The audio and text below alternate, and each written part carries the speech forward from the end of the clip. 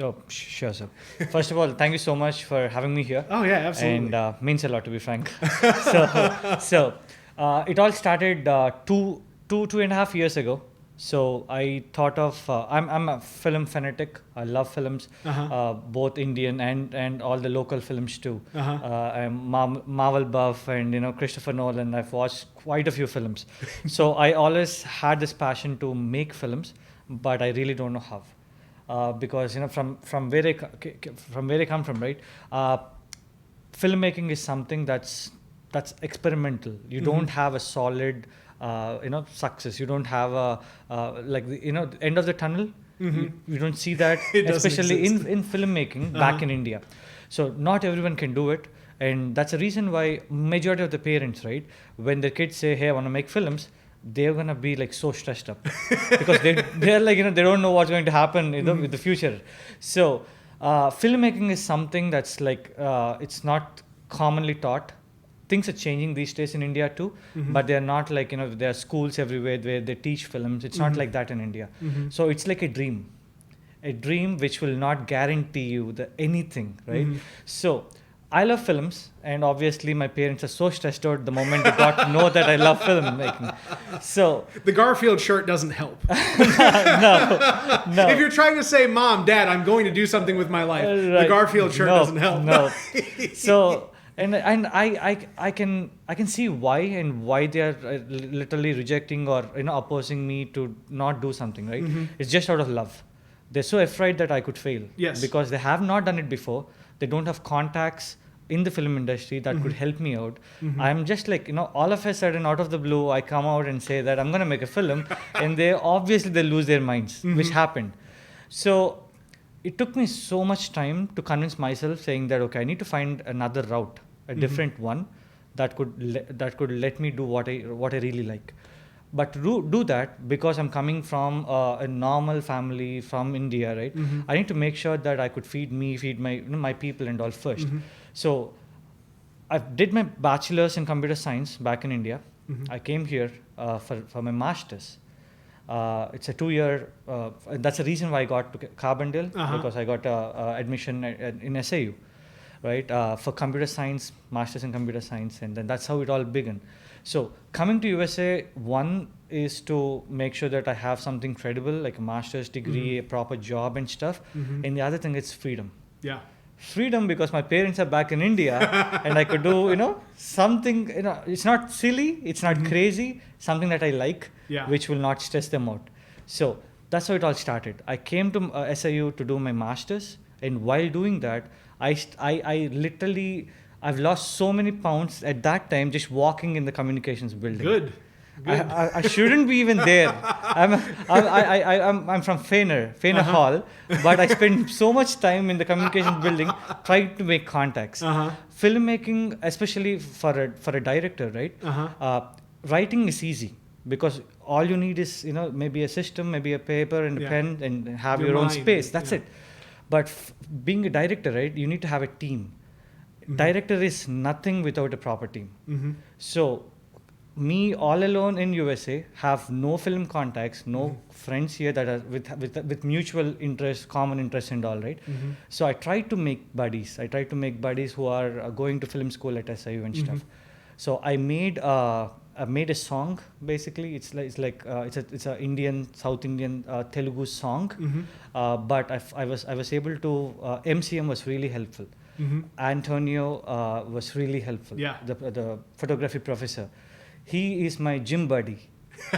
So Nice. The moment I got to know that he belongs to this communications building, right? Or I don't even know what he really does at that time. I got to know him. I thought, he's the one behind MCM. He guides people and all. So I said, sir, I need some help. I need some people. I need a cinematographer and all sorts of questions. Yeah. And he's still helping me with this production too. Same thing. It didn't change, to be frank. So he helped me out with few contacts. I went them. I don't even know what a day rate is. I don't even know whether I'm paying them too much or not even paying them the right amount. I have no idea. I have friends who funded me, who gave money to make that one song. 2 days work. I've got crew from SIU, from MCM. I made this small visual, which is 3.5 minutes. I thought, it came out really good. And I thought, okay, now I can just take this to an investor, narrate a story, and get a production. And it didn't work out. You don't say. It is a tiny song. It's a small one. It's 3-minute song. And he said, I need to have something credible, like a visual narration, a minimum of 30 minutes, so that he could understand the story and stuff. And just a song wouldn't help. So I'm done with my master's. I found a job. I'm a software guy. I thought, it's so easy now. I'm making money so that I could use some, to get stuff and all. I got money, but I didn't have time. Yeah. So I worked for 2 years. It's paying me good, but it didn't give me time to do what I love. Yeah. So I have a investor who is ready to do something if I can get him and show him a proper portfolio video. And I really tried so hard for 1.5 years, but I couldn't make one. Yeah. And that is the time I was like, no, it's not working, and I'm not happy. I'm getting paid, but I'm not happy. And I feel like I'm literally cheating my manager, cheating the company, cheating the boss by not giving that 100%. I work well. They're happy with me. I got a good, the Good Employee Award too. But still, I have that feeling in me because I know what I could do if I really love what I do. Yeah, personal fulfillment and how that contributes to. Exactly. And then I was like, okay, I took a call. I said, no, I can't do this anymore. So, but because I'm an immigrant, right? Either I need to be employed or I need to be in like studying or in a college to be legally present in USA. Yeah. I can't just quit my job and say the next 6 months I'm going to make a film. Yeah. I can't do that. So then I thought, okay, I have a proper master's degree. I have proper real-time experience. And then I thought, okay, I need some time, something that I could invest on myself to make something that I really love. So then I tried to apply for a PhD, a doctoral doctoral thing at SIU, because I know people here and they know my credentials, they know my grades, they know my experience and everything. They're more than happy to take me in as a doctoral student. And then I've decided, okay, I'm giving myself 3.5 years. 3.5 years to finish my doctorate, the same 3.5 years to make that film and get a big one. That's the whole target. And now I'm almost done with my PhD. I'll be graduating this December, and I have the opportunity to make a feature film because the portfolio video it worked out. It really worked out. So 2 years ago, when I came back from my PhD here, I've decided, okay, no one's going to put in money for a portfolio video, right? I can't go after friends. I just quit my job. So basically, I've decided to just fund whatever I need, myself, my fiance, and a couple of friends that I have.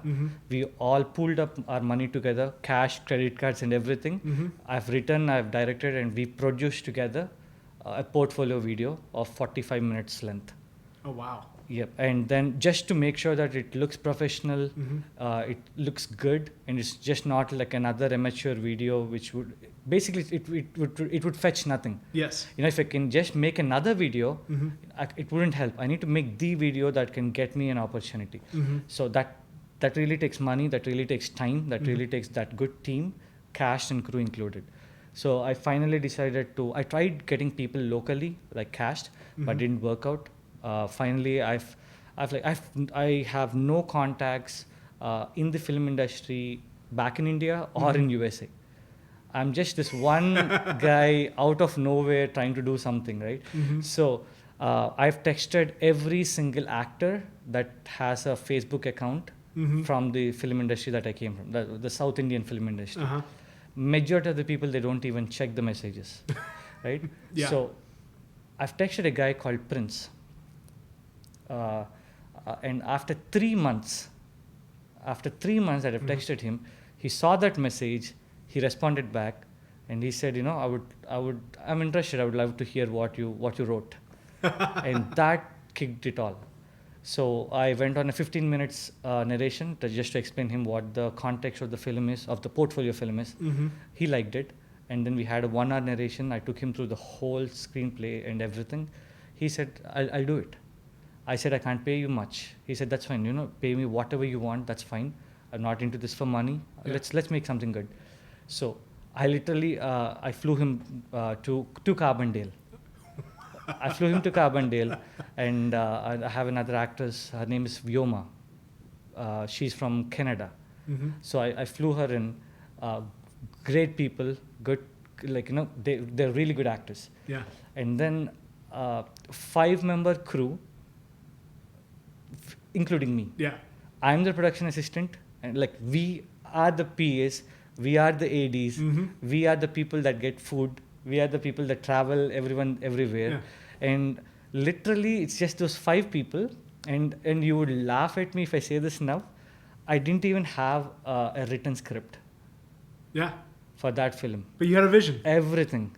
So you can no one knows what's happening Mhm. except me. And when I've narrated Prince or any other actress, right, I went through just the way how a screenplay works, Mhm. shot to shot and everything. So they didn't even ask me for for the papers, for the Mhm. lines. I used to text them. Mm-hmm. So we did it for nine nights, now 9 to 10 nights in Carbondale, Marion, and everywhere. So I have my uncle Srinivas Gundala. He helped me too, and it's just me, my fiance, literally Santosh, Rahul, my other friends. So we, as a team, we worked it out basically. And after 9 nights, I have all the rush I need to make a portfolio video, right? And then, so what was Hold that thought, because we're like 10 minutes in, and I've got to do this introduction for the 88th episode of the WTF Carbondale podcast, where I interview interesting people about their interesting lives and tie it all back to this little place we call home, Carbondale, Illinois, episode 88. I've got to look at my screen. Vighnesh Koushik, correct? Yes, sir. Thank you. Yes, sir. I still can't get over spending 4 years pronouncing Brian's name. I'm going to get over that, though. This story, Mm-hmm. the way that you have told it thus far, right? The way that you are able to break down the different components of your personal story, right? That has led through this. Take one part of the story from a point 6 years ago and run it up to today. Then take this point, go back to a point 4 years ago, run it up to today. Go back to 2 years ago, run it up today. Go back a year, go back 6 months, continue to run that up to today. I see how your storytelling mind works. And I very much appreciate it. Oh, thank you. And I will let you continue about on your story. So you've got your actors here, you've got the actual piece set, you're texting them, you're telling them like just kind of what everything's looking like days of, and you spend these 9 days putting together this reel. So, as I told you, we have friends, Rahul, Santosh, my fiancée Swati, and myself. Everyone, we were like, we don't know exactly whether we're going to wrap the film by the 9th night. We don't know that. and on top of it, everyone's put their money into it. We don't know what's going to happen. Because basically portfolio videos are nothing but an investment that you're making on yourself for a better opportunity, not for money, right? There wouldn't be any distribution for a 45 minutes video. We know that too. But what was supposed to be a budget that we got to spend for a portfolio video, right? It went 5 to 6 times over, just in the name of making a decent professional one. So we just went with it. So everyone helped me out, and then we made this film. We know that there's no one's going to buy it. We know that because we might have put so much money into it, but it is end of the day it's just a 45 minutes film. But in India, usually all the South Indian films are a minimum of 125 to 130, 140 minutes. That's the length. So I was like, that's fine, as long as that could get me a good opportunity, that's all I really care. And then quite a few production houses, they watch the video, but they're like, it's good, but it's just 45 minutes long. Yeah. We couldn't do much with it. And I was like, okay, I thought it's not going to work out.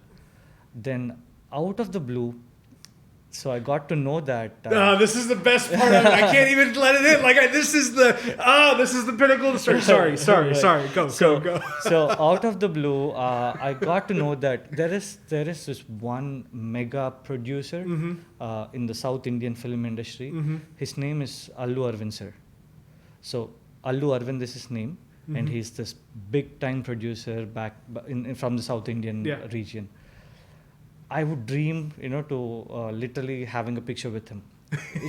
He has this huge production house, which has history. He has made so many films, blockbusters with the big people, all the big star cast and all. Even in my dreams, I wouldn't even dream meeting with him, sitting face to face with him, having a 7-hour long conversation. I wouldn't even dream it. I got to know that he is coming up with a revolutionary thing for South Indians, an OTT platform just for that language. So I speak Telugu. Telugu is the language, and that's the place, and Andhra Pradesh, Telangana, those are the two states, the South Indian states, along with few others. So that is where Bahubali came from too. So this guy is coming up with this OTT platform just for Telugu movies, Telugu web series and everything. I mean, I'm sure the market is relatively large for that. Oh yeah. I'm not saying nothing against, but we the Telugu guys are like mad lovers of films. Yeah. You should literally, I'll share some videos with you. You should see how they celebrate. It's a celebration. Film is a celebration. When you go to theaters in South India, right?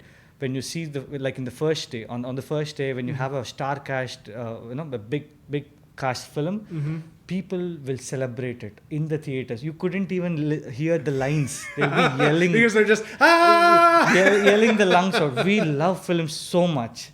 And that is the land I'm coming from. And this huge producer, he is coming up with an OTT platform. And one of my cousins, he told me that, hey, I have a contact, we can send you a film to them. See, if they would like it, something could happen. And I said, look, bro, do anything you want. Basically, I'm just waiting here for an opportunity. Anything works with me. Out of the blue, one night, I got a call from the secretary of Allu Arvind sir. So, and I got to know that I really want to thank my cousin for doing this. So look into your camera for this one. Thank you, buddy. Thank you. His name is Sharath. So and I don't even know why he called me that day. We usually we are cousins, but we don't talk regularly. He said out of the blue, he just called me. And then he said, what's up? What are you doing? And I told him that, I just made a film. It's just sitting here, going nowhere. I don't know what to do next. He said, hey, I think I have a contact at my workplace. Something could happen. And then I said, oh, that's great. And they sent him the Vimeo link. So I got this call from the secretary of Allu Arvind sir, saying that Allu Arvind sir wants to talk to you. Can you get on a call in an hour? And I was like, let me drop my entire life to do this. Exactly. And I was like, I didn't even know that, ma'am, I should now when I talk about it, I think I should have really asked her, ma'am, do you want me to call a certain number or something? I said, yes, okay, that's fine, let him call. And then I hung up the phone. Power move. I was like, no, I didn't even know. I have no idea what was going to happen. And like said, the exact time, I got a call from Arvind sir himself. And he told me that, he watched the film, he saw some fire in me.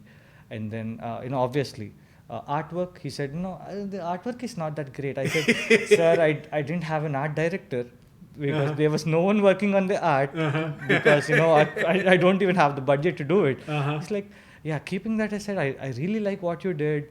I see some fire in you. So tell me, what do you want to do with this?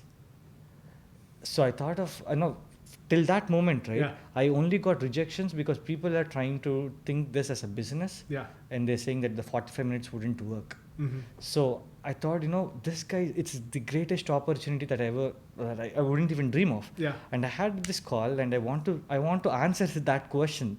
Okay, what do I really want to do this film, right? Mm-hmm. So I told him, so this is an anthology. This is the first part of that anthology. This is just 45 minutes. I have so many stories. I can, Uh-huh. if you give me a chance, I can do the other 45 minutes thing too. Mm-hmm. Because it's 45 minutes. There's no way that I could extend it or do something. Yeah. Then he said no. He said up straight that anthologies are not yet that crazy Mhm. in India. Yeah. It wouldn't work out. He said he likes that film, and he asked me whether I could write it in a way that we could make a bigger one. Uh-huh. So I said, oh yeah, I can easily write it. And he said, okay, that's fine. Take your time, write a script based on the same story, Uh-huh. but it has to be 2 hours or something like that. Mm-hmm. Mm-hmm. And then he told me that, okay, let's do one thing. Write like 8 episodes. Write a web series out of it, Mm-hmm. and I would be interested. I said, okay, sir, no, I'm good. Let me write it, and I'll get back to you. And he said, you can save my number. Once you're done with it, just let me know so that we could get on a narration. I said, fine. So I was so high that I wrote 8 episodes in 5 days. Wow. From that moment, in 5 days, I've texted Arvind sir saying that, sir, I'm ready. So because obviously one side of your brain is very technical, Mm-hmm. right? And very capable of just piecing together things, in sequence and by the numbers. And then there's the other side of that is the intangible, the ethereal, the muse side, right? Right, the creative, right? And is this just like where those two things just meet and you become this content, this concept, this writing and staging machine? It just all starts to go together and go onto paper? No, sir. To be frank, I think, I don't even know how to answer that question. Yeah, it's because I okay. have no idea How your brain works. how it's going to happen. You just right? know it does work. Yes. The only thing is, this is one thing that I really, really need to share, because I need to thank my father for this. Yeah. So I was brought up, I grew up looking at him. The one thing that he really does is he makes sure that whatever he's doing, he does that so good so that no one can point out, something in it, right? Yeah. That's the only thing. He literally does so much work, so hard work to make sure that any simple thing that he's doing, he does that right. Mm-hmm. So when I'm asked to do a technical job, that's the only thing that I think about, because I take pride in the work I do, and I really get offended if something doesn't work out. Yeah. Because people are expecting something of me, and if I can't give it, so I really, to be frank, I question, I comment, and I it's not about confidence, but I have very strict parameters and Yeah. barriers to meet. Mm-hmm. Everything is set by myself, in the first place. So anything that was expected of me, I will put in everything that I can possibly do to make sure that I do it right. So when I have time, let us say, okay, I'm done with the task, and now I just want to make sure that I write something, I create something, right? That's the same thing I do. Yeah. So I don't know how it works in the brain, but I just hope that it continues to work, Yeah. till I become old. Well, and just like, and we've not dug too much into, what you do in the world of computer science, right? But it's just like in production for media.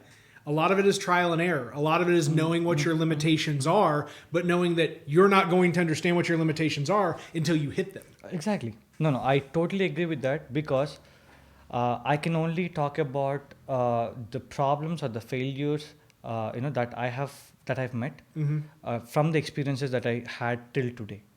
So tomorrow, if I make a new film, something else could happen. Yeah. Something else could challenge me, could question me, could make me realize that, hey, there is something else in the craft that I need to know.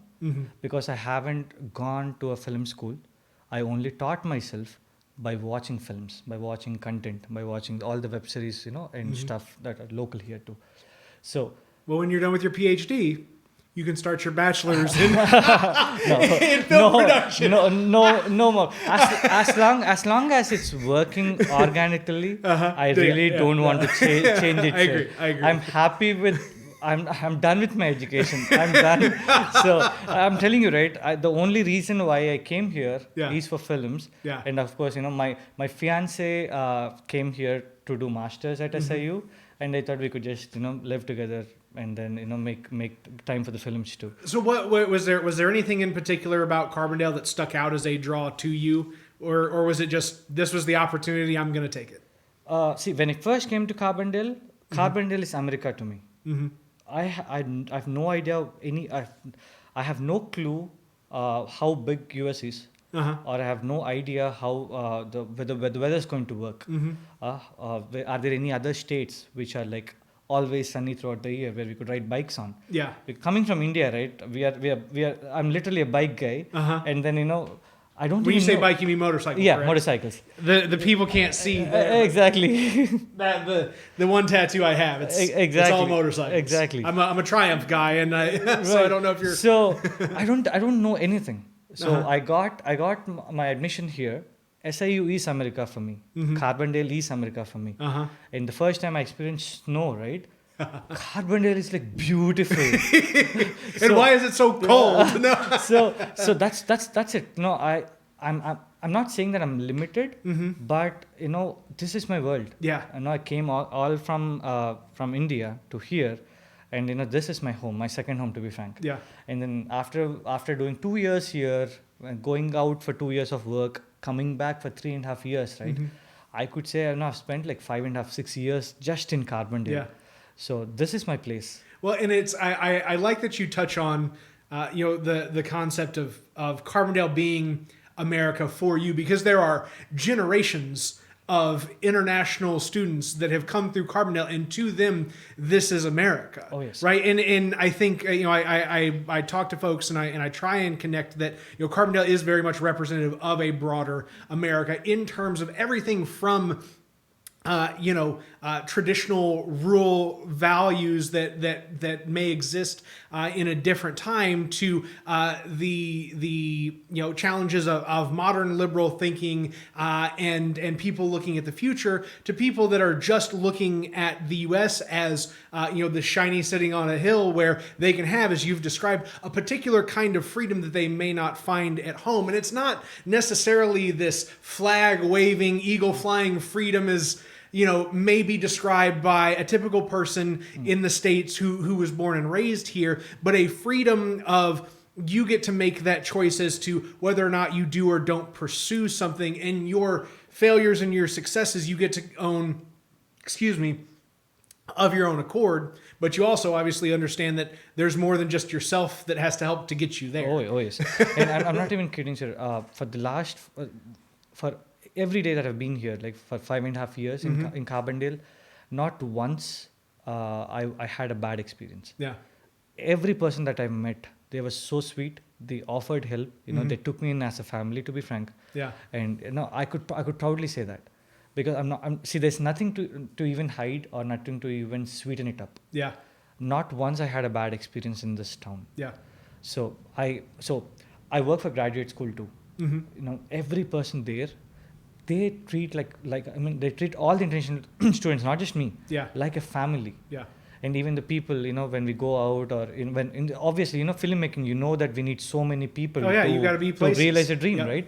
Not once or not one that literally, treated me bad or nothing. So that's the reason why, I was in New Jersey for a couple of years when I was working there, but I could have literally went to any place of the world after graduation. With your skill set and your capacity. I was like, absolutely. let's go back to Carbondale. There is comfort here. I know people here, and I know that. So if I expect something, it's gonna happen like that, because people are like that. They don't change, so they are sweet forever. So that got me back here, and then the whole thing happened. Got the opportunity, and now here I am. Trying to do the same thing in Carbondale. Yeah. Because. See, I try to get few executive producers from Texas, from other places and all, which were initially talking about doing the same thing there. But I was like, no. I wrote the script sitting in Carbondale. It's here. It's here. Here's something. And this ties into the thing that really just like drew me to you as soon as I saw the post. So I'm friends with both John and Antonio on Facebook, and I'll tell you a little bit more about my experience with Southern Illinois Film Commission when we're not right here on camera, give you some insight on my end. But when I first saw that come through, I was like, this is it. This fits with so we're very much on the same wavelength, and I'm going to pitch you an idea here. You don't have to answer to it. I just want to bring you into the fold here. So Carbondale, right, is struggling because of our reliance on the university, and that we just have many fewer students than we've had, in prior decades, right? So there is a void of activity that needs to be filled. Carbondale is already set up as kind of a transient population management system, right, where we're used to people coming in and going out, and in and out and in and out, and that sets us up very well to be able to manage the ebb and flow of the entertainment industry, right? I love the phrasing that you use, production houses, right? Something that's the standard language in South India, and that's kind of what I see as the future of this town, is essentially one large working production house that bootstrapped from the bottom up, haha, on that concept. For those of you that appreciate the irony of the concept bootstrap, is that in this modern space, right, that we can create content like this, like this podcast, that if there are many creators in one space, all creating their own different thing, they start to intersect and they create a broader story, right, that enriches the experience for individual audiences because they get to see their own little piece of that story playing out into the bigger story. You start to build from the ground up people with audiences and interests, your ability to have better production value, more people with more interest, people that want to be behind the camera, in front of the camera, want to stage it and help as crew, and all of a sudden you've got this critical mass of people. This concept that I'm calling Creatordale, right? That we can have, that starts out with just a bunch of people making YouTube videos and grows from there into what I would like to see is our old mall spaces turned into movie studios. So I think it's a perfect usage for a massive building like that. Plenty of parking. You've already got a loading bay to bring in large semis, track them in and out. You've got dressing rooms and large areas to set stages up, and then you've got the things that exist when you step outside of those doors, right? All of the different natural environments that exist immediately in Southern Illinois, but also access to major metro areas like St. Louis, Chicago, Nashville, Atlanta, so on and so forth, where you can have a production based out of here and be 3 times less money than basing a production out of Nashville, that's true. But have the same exact access to any of these major metro areas when you need those 3 days of filming in those major metro areas. So that's my broader concept, and why I was so thrilled to have you on this podcast is because you are doing right now, right here, what I want to see happening in this town, and I'm thank you. No. To be frank, I have to thank the people of Southern Illinois too, because John Musgrave, right, representing Southern Illinois Film Commission. I don't know him personally. I was just this one dude doing a portfolio video. With 5 member crew. He just helped me out, saying that, John, can you help me with extras? I don't know anyone here. He tried to get me those people. He loves films, and then he wants filmmaking to happen, in Southern Illinois the same way like you do. So there are people so passionate trying to do something in Carbondale, and I could really see that it would happen. It could happen. It would happen for sure. It's all about this event. This is one thing that I really, really would like to state, that the budding filmmakers who want to do something big, right? When I wrote the script looking at my resources. Can I get into a hospital? Can I get a shot there? Can I use my university corridors? Yeah. Okay, now let's make the student a college student so that I could use the locations there. Yeah. You know, so basically, if you could write a script l- Based on your based on environment. your environment, based on the resources that you could potentially use, Mm-hmm. that will become that will be a good film, Mm-hmm. because everything that all the elements that fall into that film, right, they feel so natural, Mm-hmm. because basically the script was written keeping those in mind. Yes. That's the key that helped me too, Yeah. because when I did the portfolio video, I had like 5-6 locations for the whole film, Mm-hmm. but it worked out good because I wrote the whole script keeping them in mind. Yeah. So and I know that I could get in there, get things done. So now, obviously, when the scale is so big, right, Mhm. we have to go to to a place, or travel to a certain place, Yeah. get a specific kind of a technician to get this one imagination come true. Mm-hmm. And that you can do it once you have the backing of a production house, so that they will help you out, get all these things falling together. But until then, Until then, write scripts just considering what you have at that point of time. mm-hmm. If you know that you can literally film inside an elevator, write just a script revolving around that. Yeah. So that way, right, things look so natural when someone's watching the film, Mm-hmm. and everything would be so apt, and the story would really, really come out well. So, yes, of course, you're limiting yourself Uh-huh. to a certain, boundary or, thing. But till you get to that position where you can literally do whatever you want, you can literally make whatever imagination that you have real, till that point of time, it's better to work with what we currently have. Well, the other question, to me as well, is what is relatable about the scenery in one place that is relatable to the people in another, right? You're going to, is that hospital room a relatable hospital room to the audience that the media is being served? Correct. Right? If you're writing a film that's based in New York, it's really difficult to do anything other than film that film in New York. But if you're Right. writing something that is based on that Right. particular scenery, Right. yes, it becomes manageable because, I understand what a tree is. I understand what a hallway is. I understand what this particular room is. Correct. It's just, it translates to Right. the audience it needs to. So basically, when we talk about resources, Mm-hmm. those are the underlying things, and the real thing is the emotion, the story, the content, what's going to happen Mhm. in those locations with those elements, right? So there are only two things. One, if you're trying to show a totally different process, a totally different location to Mhm. an audience that they have not experienced before, it is an experience to them. Mm-hmm. They're watching something new. Yeah, yeah. If you're showing something that they have already fond of, right, the common locations that they know, Yeah. then it's just like the nostalgia. Uh-huh. If you get the scenes and the emotions right, Uh-huh. either you get experience out of it, Uh-huh. either it would be nostalgic to you. That's It is going to work out one way or the other. that's so accurate, and it's so So- simple, right? That really you're boiling down Yep. your creative media to one of two things: experience, which is new; nostalgia, which is old. But you don't have to complicate what you're seeking Exactly. out of your audience beyond So that. that's what I really prep with. Okay, Uh-huh. what am I trying to do here? And then that's how I'm gonna Uh-huh. do.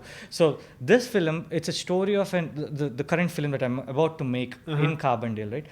That's a story of an Indian guy in USA. Mm-hmm. So there are so many Indian students in USA, Yeah, and everything that they are going to watch on the screen yeah, would be nostalgic. Yeah, because they've been through it. gone through it. uh-huh.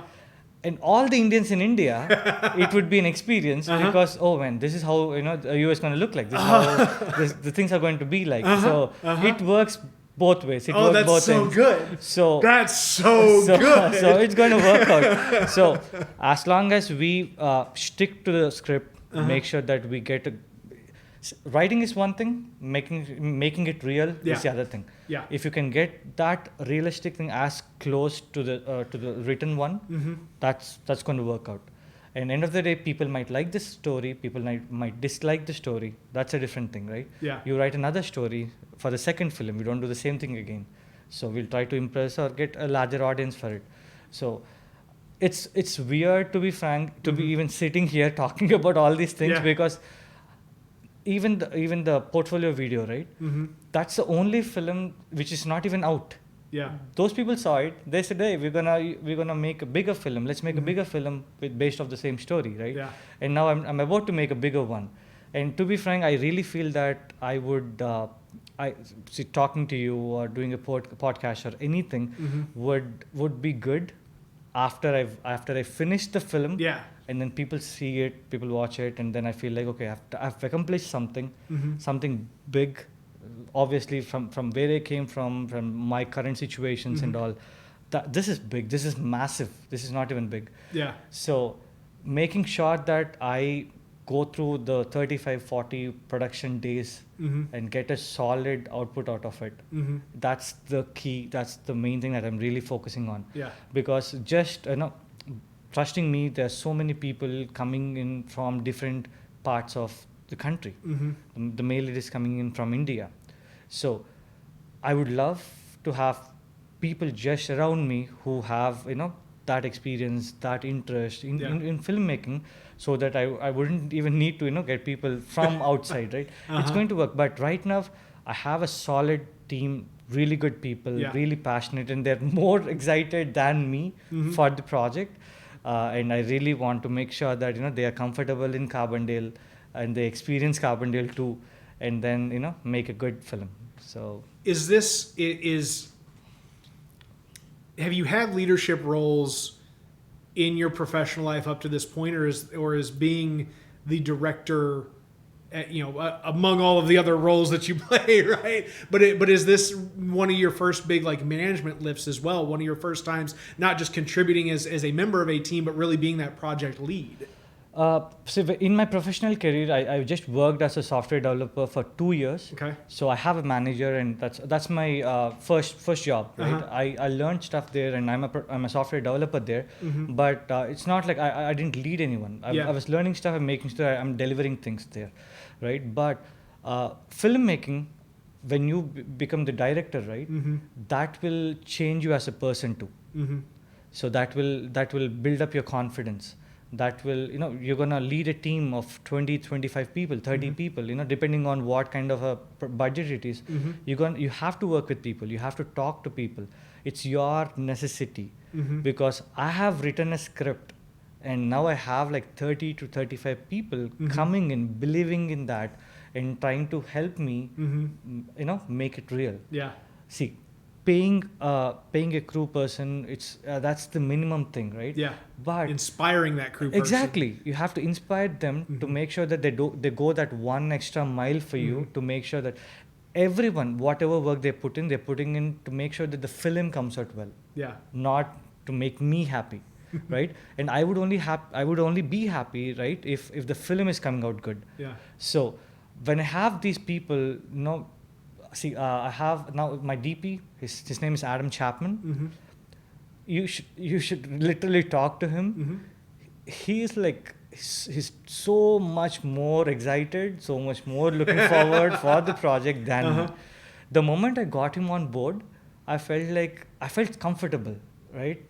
That guy is so sweet, and I have so many people coming in just to make sure that they put in everything that they have for 35, 40 days. And bring out a brilliant film, technically good. So that idea is you have to make these OTT people, like all my AHA family, all my AHA members, right? They are back in India. So we are making a film in Carbondale that they don't even know the place. They haven't even been here any time. Just a lot of trust. Exactly. They're just trusting a team to make sure that we deliver what they really need. Yeah. And that's responsibility. It is fun to have it is fun to have a production house backing you. It feels so good to have the trust that they're placing in you. But everything equates to responsibility. Yeah. You got to make sure that you deliver it. End of the day, that's what it matters. So it's going to be a fun ride, and I really hope and I really pray that it goes smooth. There would be challenges. There will be challenges. I'm pretty much sure that we have the strength to overcome those. Tackle those, and go through it, wrap it up. In the way we really like it. Do you get that?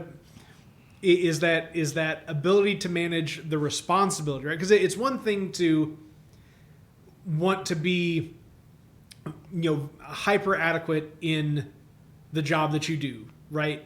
But that's different than shouldering the responsibility of the team, right? Is that another characteristic that you feel like you've naturally received from family? Is the ability to just shoulder responsibility? To be frank, like I trust people, Yeah. and I trust them so much that that in turn makes them be responsible. So that's what it is. Things could blow up, things could go bad. Yeah. But other than that, having a a lengthy relationship, a long-term relationship with someone that you have just worked on a one-day project, and maybe after 5 years you work again with him on something bigger. It's not like you driving alone. It's not like you reaching heights all alone. Yeah. Because for a filmmaker, for a director, to be frank, to be specific, right? Yeah.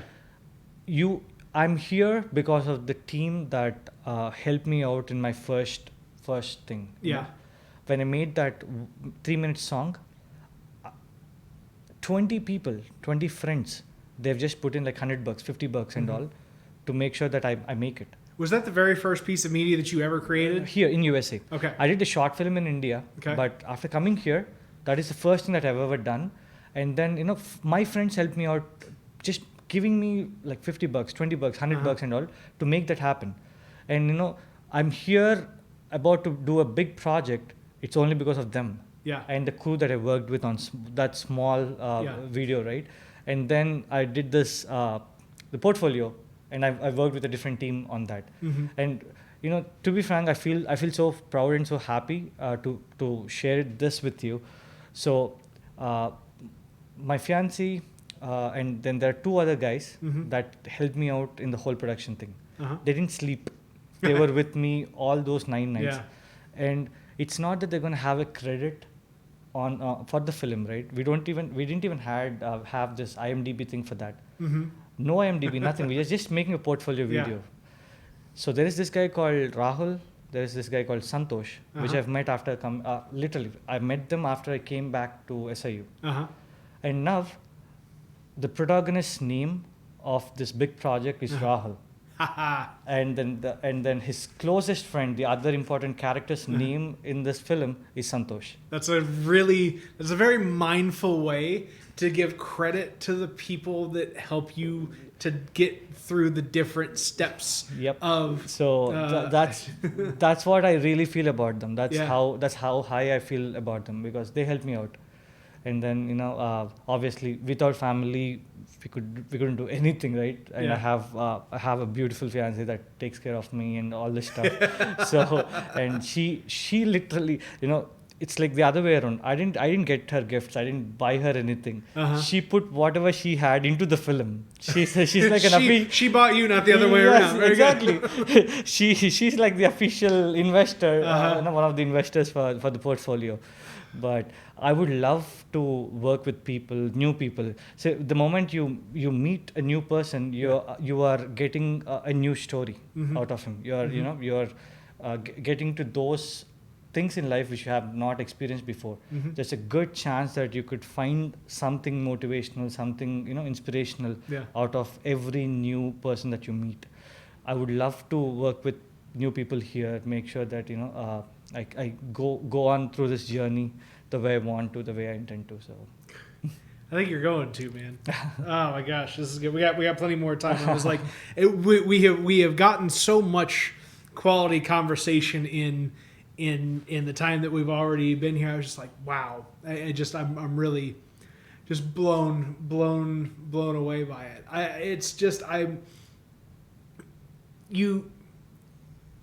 We live in a global society, right, that makes anywhere valuable to anywhere else, right? Like I'm literally sitting here thinking, like, okay, if Carbondale is here as an American footprint of the South Indian film community, right? Like that's not an out of the way question. Oh yes, oh yes. It's already happening. You're already doing this. It's not just that it's not like I don't have any other option. Yeah. The thing is, we have everything here to make films. Yeah. So whole southern, it has so many beautiful locations. You know, Chicago is like, you know, you get on Amtrak, Yeah. you go to Chicago, you have a beautiful city there. Yep. You know, you can have all the natural spots in Shawnee and everywhere, right? There's everything here, as long as like people believe that we could do something in our own place. Yeah. That gives filmmakers, that gives people who are just dreaming about doing something Yeah. enough crew, enough cast to bring all those things out. I know quite a few, like Brett, I know quite a few filmmakers that are really doing something in Southern Illinois too. And I know John is doing a great job making sure that, you know, there are quite a few things happening in the the films happening in Southern Illinois too. Just soliciting productions to come here and Exactly, you know. exactly. So as long as you you know, you have an idea, right, and then you believe that you could pull it out, you have everything here. Yeah. You could do real good stuff here. You know, rental, camera equipment rentals and all.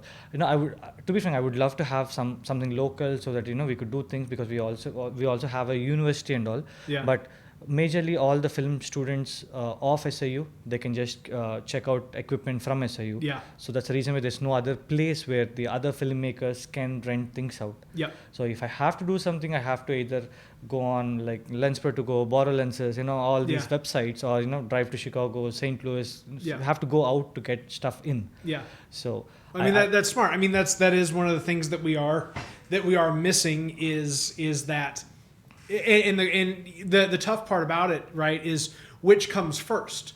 Does the ability to furnish these things come first, or does the activity that requires this equipment furnished come first? Exactly. Right, and that's the economic struggle of doing these things in places that aren't major metro areas. Correct. No, absolutely makes sense. Absolutely. So and then like when you have proper crew, like, you know, there's so many roles to play, right?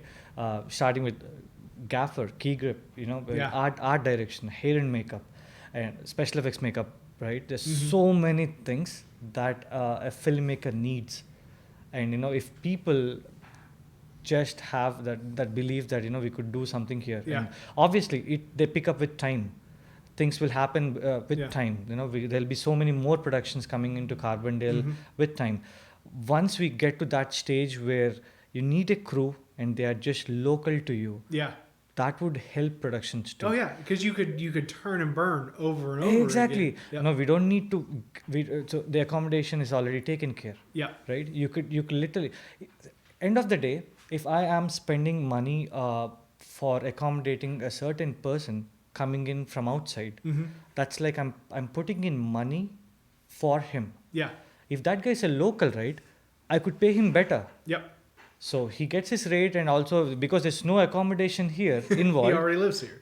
Exactly. He could, the production could literally pay him better and still save something from the accommodation. Well, right? and that's what plays into, right, we having what is essentially a talent factory at SIU with, you know, the film, television, and new media school, right? We send the best of the best to California and New York and Atlanta. SIU is known. People in the film industry know this place because people in the film industry came from this place. Correct. And almost majority of the people that I've already worked with that are from MCM, if I take a look at their Instagram profile now, everyone is in LA. Yeah. Everyone. So, you know. Here's my trick to it. I'm gonna let Mother Nature take its course. And when that entire town catches on fire eventually, it won't be good for them. But maybe we'll have a place offset to where maybe a handful of folks can land in Carbondale and miniature Los Angeles can be rebuilt. I know it sounds crazy, but I mean, it's just the one of my things is my worry about, you know, climate change. And you look at things, especially like what's happening now in wildfires out west and you know, major flooding all along the Gulf Coast and East Coast. I mean, these are very real things that are displacing people. That's true, but the thing is, like, you need to have that alpha male to to get better. Yeah. See, LA Something to challenge yourself against. That makes sense. Yeah. So LA is there, and people are going to LA for a reason. Yeah. Right? Because the best of the best are there. Are there. So instead of taking it out or wiping it off, that's there to help all the other people to dream big. Yeah. And see, they're not going to LA just for just trying it out, right? Yeah. They are going with that motivation to make it in LA. Yeah. Everyone. So you need to have that to make sure that people get better. People have that hunger, to get better. That has to be there. And still, right, if we can get better as per the economics is concerned, as per the filming opportunities are concerned, as per the process is concerned, right, as the production houses are concerned, we put ourselves in a better place where they can literally travel there, come here, work and go, things are going to work out. Yeah. But, of course, we need to have someone to look up to. To challenge. Yeah. And that will help us too. So, yeah. No, that's reasonable. No, I don't think too far as to into that, but I mean that's because there's if a standard is set in a particular space, that's what people are going to produce at. Correct. And there's not going to be an increase. Now the other side that we luck out with, right, is that Illinois is very competitive in the film industry. Having really blossomed over the past 15 years or so, that we're not quite on Georgia's level, but we should as a state. Yeah. Be competing with Georgia and looking to Georgia and saying, why aren't we where they are yet? And how do we have places that are small like Carbondale and big like Chicago play together right. to be able to challenge, So true. And the other thing with filmmaking is to be frank, for this project, when AHA gave me this opportunity to make a feature film, right? I'm the writer, I'm the director, but I need to have someone to produce the whole film. End of the day, it's AHA's original, but there need to be one person here to take care of the whole production. Right? The good thing with filmmaking is, if you know that you could get things done, there's absolute. I don't think there's no. Correct me if I'm wrong. Yeah. But production is something that it's not like you're going to a school to learn it. Yeah, it has to be natural. It has to be natural. You have to have it. Yeah. It's all about making things efficient, making things better, or making good things for at a cheaper rate. I mean, is a similar thing that you run into just in the computer science world, where so many self-trained people. That's what it takes, not necessarily the piece of paper. Exactly. So. See, I'm a computer science guy trying to make a film, right? Even funny thing is, my producer, his name is Dr. Reddy, Pradeep Reddy. He's a pediatrician. He is a pediatrician from Carbondale. Yeah, I didn't realize. So producer produced. That's phenomenal. He's a doctor, far more qualified than me. He's literally saving kids, saving lives and all. And he is producing the film. Filmmaking is it's not that because I'm doing computer science. It's not that I can't make films. So it's that weird combination here, because a techie guy trying to do a film, a doctor trying to help me make this film. So he's one of the sweetest guys, and the thing is, he gives me so much freedom that I am literally scared. That puts so much pressure too. But Pradeep's more than just a doctor, right? He's a serial entrepreneur. And when you're a serial entrepreneur, you understand that there are times when you put in and you let somebody go run, and if it works, it works. If it doesn't, it doesn't. There are times where you have to be 100% engaged as the person driving it. And there are times where you just say, here's my money. Good luck. Correct. So, see, making a film with your money, if that's tough, making a film with someone else's money, much more. Oh, it's so hard. Oh man, it's a lot tougher, and everything. Every equipment rental you do, anything you do, right? You for a second, I feel like, okay, I'm gonna make a reservation. It's gonna cost this much. do you have any other websites where I could get it for cheap? Yeah. Can you save something for him here? Or if not, I'll let him know that, okay, I'm going to do this. He's like, do whatever you want, make a good film. So it's like, okay. So he's a sweet guy, and I'm glad that he's helping me out with this journey, because he's helping me a lot. Like, accommodation, the whole production, rentals, cash, crew, and whole thing. Yeah, I mean he's got a lot of resources that he can help with beyond just money, but like the actual things that you need to make a production work, exactly. like a hotel room, right? Those are important things. Exactly. So, there is there's this one thing where when you place your trust in people, and when you it's not about you exploiting them. When you truly like someone, when you truly trust someone, when you have a good relationship with them, right? Yeah. In your journey of life, there would be people coming in out of the blue, all of a sudden, and trying to help you out. People, they're good people. Everyone that you meet, right? Everyone that you meet is not bad. Yeah. You need to let the shield off. Bring it down. Try to trust people. It's not that they would be of help to you in the future, but that's how the whole thing works. Yeah. You need people to live. You need people to get better. You need people, for your growth. Without them, you can't do much. So when I say that, I'm going to do the whole film, I'm going to have I've written out the whole film, right? It's not that I'm making it happen for myself. It is because there's one guy called Allu Arvind trusted me and gave me this opportunity, right? So there is this guy. You need someone to give you that one push, and someone that you already know, someone that you might be seeing on YouTube, someone that you might be ignoring their phone, right? Someone you don't know who's going to help you when, but they will come at the right time. You got to be there. To be frank, I really don't want to bring this into the conversation, but obviously, right, it is the current topic. So when this film, right, I was supposed to do it an year and a half ago. So I went to India. I narrated the whole film to Arvind sir. He loved it. He said, we're going to make a film. And then I came back. So the pre-production works have begun. And then I started looking into cast and who to go for and all. And that is when COVID hit us. So after quitting my job, after coming back to college, after putting everything that I have, that my family has, my fans, everyone, right, putting in money, effort, and everything, finally I got an opportunity to make big. The world shut down. And the world got shut down. So when you think about movies where like sport dramas or any emotional movies, right, hardships are there for you in the first part of the film, so that how you could relate to that guy. You could see him struggle. You feel bad for him, and then when he gets this one big opportunity, right, you cry. You feel happy. You feel really good about that guy. But there shouldn't be a crazy twist in an emotional film.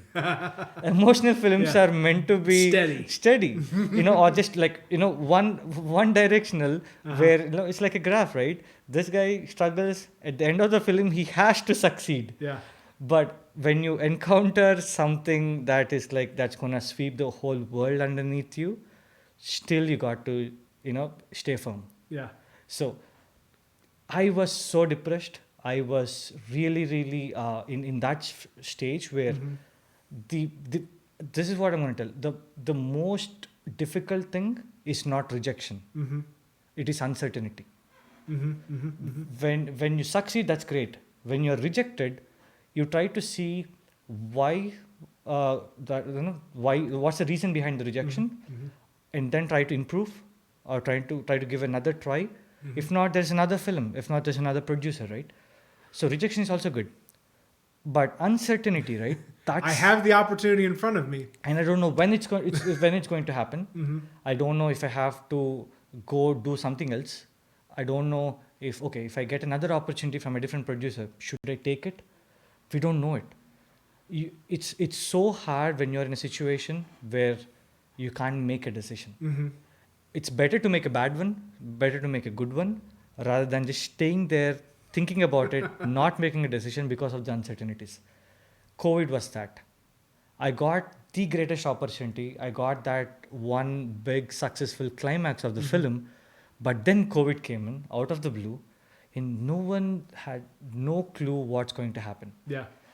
AHA guys said AHA guys did not say that we're not doing the film or we're going to stop the film for 2 years. Mm-hmm. They still want to make the film, but we don't know how. We don't know how the rules are going to change. We don't know when things going to get better because COVID hit USA first, it hit India next, and there were lockdowns here, there were lockdowns there. So that was the period where I was like so down. I was so depressed. Yeah. I was literally hating, how literally that is when we hate the way our life is, right? When you try so hard, when you get that opportunity and then you miss it, that's bad. Yeah. It hurts so much. And that time there is this one guy, Allu Arvind sir. He made sure that I have that hunger still going on during that phase. Every month, every other month, he used to text me saying that, hey, we thought we were trying to make a web series, right? Just use this time to write season 2. Yeah. And one day he came. This is what, right? He came, he called me after a couple of months while the whole COVID thing is happening. He said, I think interactive web series, interactive content, I think that's really good. That's pretty new. Let the user, let the viewer, choose what the protagonist wants to do. I'm 29 years old and I didn't even think about it. I've watched a couple of films on Netflix, with the whole interactive style. This guy from India, he's calling me, asking me to, can we do our script in that interactive way? Yeah. I'm telling you this. He had no intentions of making it. Yeah. He's just making sure that I still have the belief that it's going to happen. Yeah. I don't lose it. Every 2 months, I really didn't get it why he's doing that. And now after I came through that whole phase of COVID, right, when I think about it, that is the guy that got me, that literally caught me, from falling. Yeah. That is the guy that made me think about the story, work on the story. And then after a while he said, okay, I think film is going to be better. Let's not do web series. Let's do a feature film. Even better. I said, okay, that's fine. I'm gonna give me a month. I'm gonna write. Changing a web series script into a feature film script is the toughest thing that one could do. It's not about deleting or erasing length. It's not about making something that's 200 minutes into 120 minutes. Yeah. The whole structure changes, right? Web series, every episode, a solid start, a good content, and then some sort of a cliffhanger at the end. That's how people are used to. Yeah. That's how I've wrote my 8 episodes, right? And now I have to write this 120 minutes where I can't use cliffhangers every 15-20 minutes, right? I have to rewrite the whole thing, and I took a month and a half for that. And now when I think about all these things, it's only because of that guy making sure that I don't give up. Yeah. So and you're beyond that, continuing to sharpen different skills. Exactly. Right.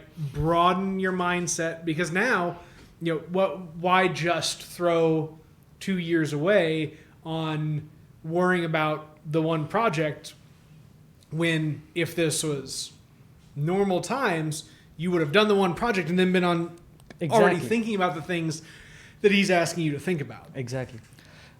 So when you have a proper distribution, when you know that 5 to 6 million people can watch your film, it will help you get opportunities from other sources, other places to make your second one. Yeah. When COVID hit us, right? The first film itself is uncertain. I don't know whether it's going to happen or not.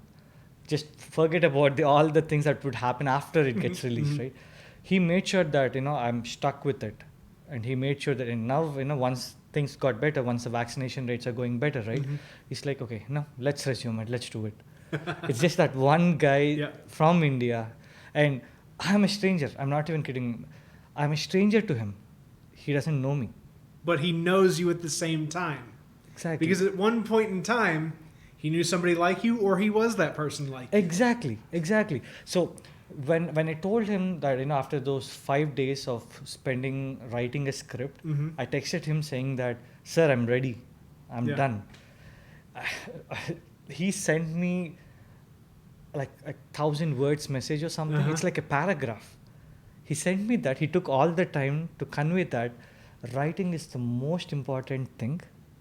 I can give you anyone, everyone to help you out do something. But if you can't write well, it's not going to work out. Don't tell me that you have written an 8 episodic web series in 5 days. Yeah. Take your time, make sure that you write well, and then come back to me. I don't even know how many days I have to take. Because I was so high, I was literally thinking on the film, that it took me 5 days to write the whole thing. And then I spent 40 days sitting idle, thinking about the script. Nothing changed. Yeah. All those ideas that I got in the first 5 days are right there sitting in front of me. And after 45 days, he texted me asking me, where are you? What happened to you? Why didn't you even get back to me? I told him, sir, I tried to take time. I tried to make it better. Yeah. But, I don't know. Those are the same ideas that I still have. He's like, okay, now let's okay, that's fine. Let's do a narration. And he asked me whether I could come down to India. That was the time when I'm broke. Yeah. Everything that I had was in the film. Everything my fiancé had was in the film. And I didn't even meet my family because, I had to use a credit card, loan, and then buy a ticket. I said, yes, I'm going to be in India. And he said, when are you going to be here? I said, tomorrow. He was like shocked, and I don't know. It's not, my mind is not even giving me time to process it. You just have to do. The answers are coming out saying that, yeah, I'm gonna come in. I didn't even spend time thinking about how much I have to spend, how much I have to take a loan or stuff like that. So next day I bought a ticket to India. I just went there. I'm not even kidding. This guy had the entire week blocked with narrations, with interviews, with meetings, with big time directors who have done 7-8 films already, big budget films and all. He pushed all those things aside to meet a guy who risked everything, who had no money to even make the trip, but he didn't shy. He didn't ask for accommodation. He didn't ask for travel. He said, yes, I'm going to come there. And I was there the very next day.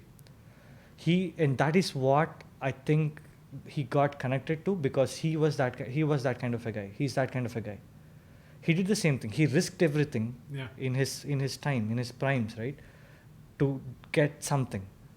And he saw that in me. He said, that's what made him sit for 7 hours just to listen my narration. I don't even have a proper big time film to show except that one portfolio thing which he already saw, right? Yeah. He heard the whole narration, he recorded everything, and then that one firm shake he gave right after the climax of the film, that was so good, that felt so good. He didn't even utter a single word. I really felt that he's going to make the film. Yeah. And right after the handshake, he said, we're doing this. I'm like, and with the whole hurdles, with the whole ups and downs that I've gone through, right? I was not even in a position to feel happy, to celebrate, because I was still thinking that is this real? Yeah. Is it really going to happen? I'm doubting it. I'm doubting myself. I'm doubting the whole thing. I don't know whether it's a dream or not. But it took me a long time to digest the fact that I'm making a film for that guy, for AHA. So, well, I will say that is where we land on our filming of episode 88 of the WTF Carbondale podcast, where things are possible because we're talking to people that make them possible. Vighnesh, thank you. I appreciate you, my friend. Pleasure to be here, Nathan. Thank you so much for having me here. Have a good one, folks. Whatever that one may be.